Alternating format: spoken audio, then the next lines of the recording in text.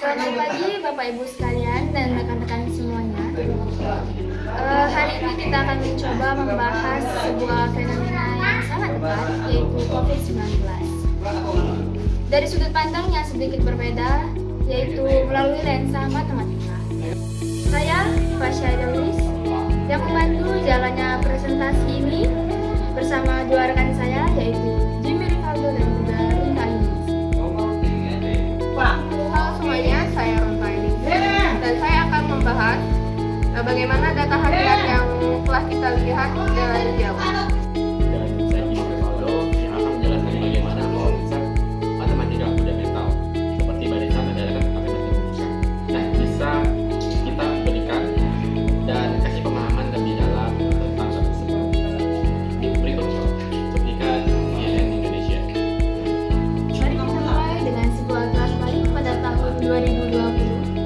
Pada tanggal 3 Desember tahun 2020, CNN Indonesia melakukan data baru penambahan harian kasus COVID-19 di Indonesia, yaitu 8.369 kasus.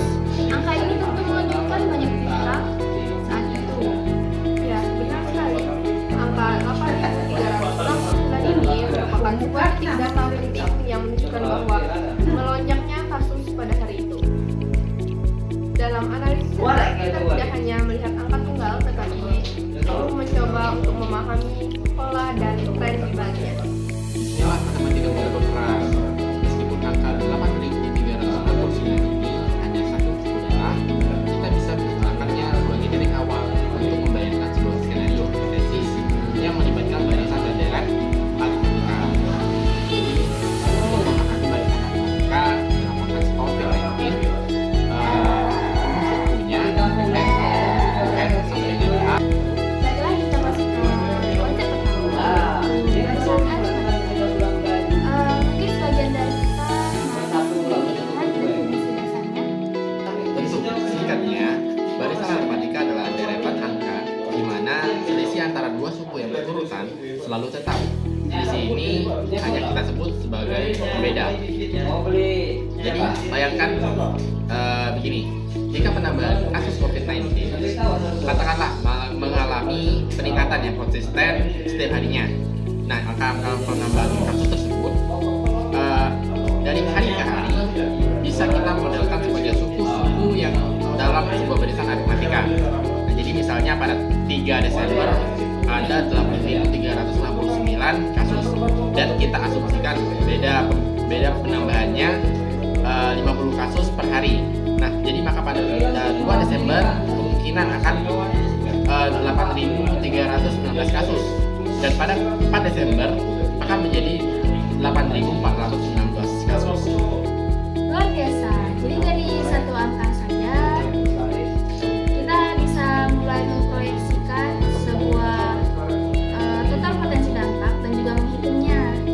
Nah, meskipun ini masih dalam ranah asumsi matematika, namun tentu saja ada batasan dalam penerapan model matematika ini.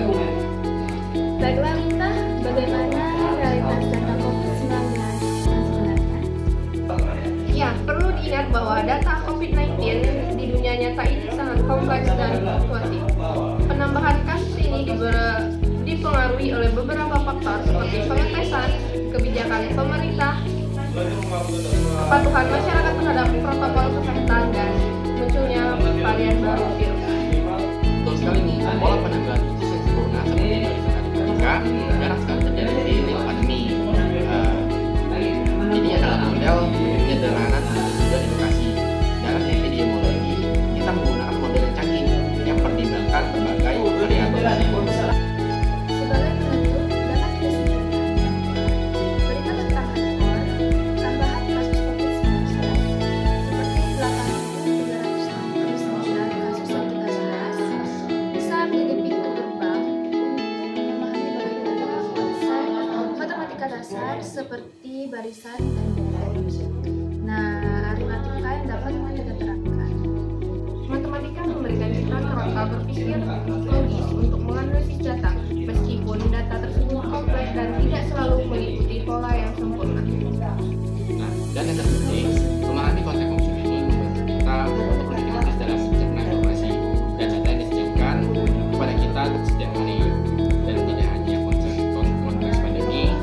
juga dalam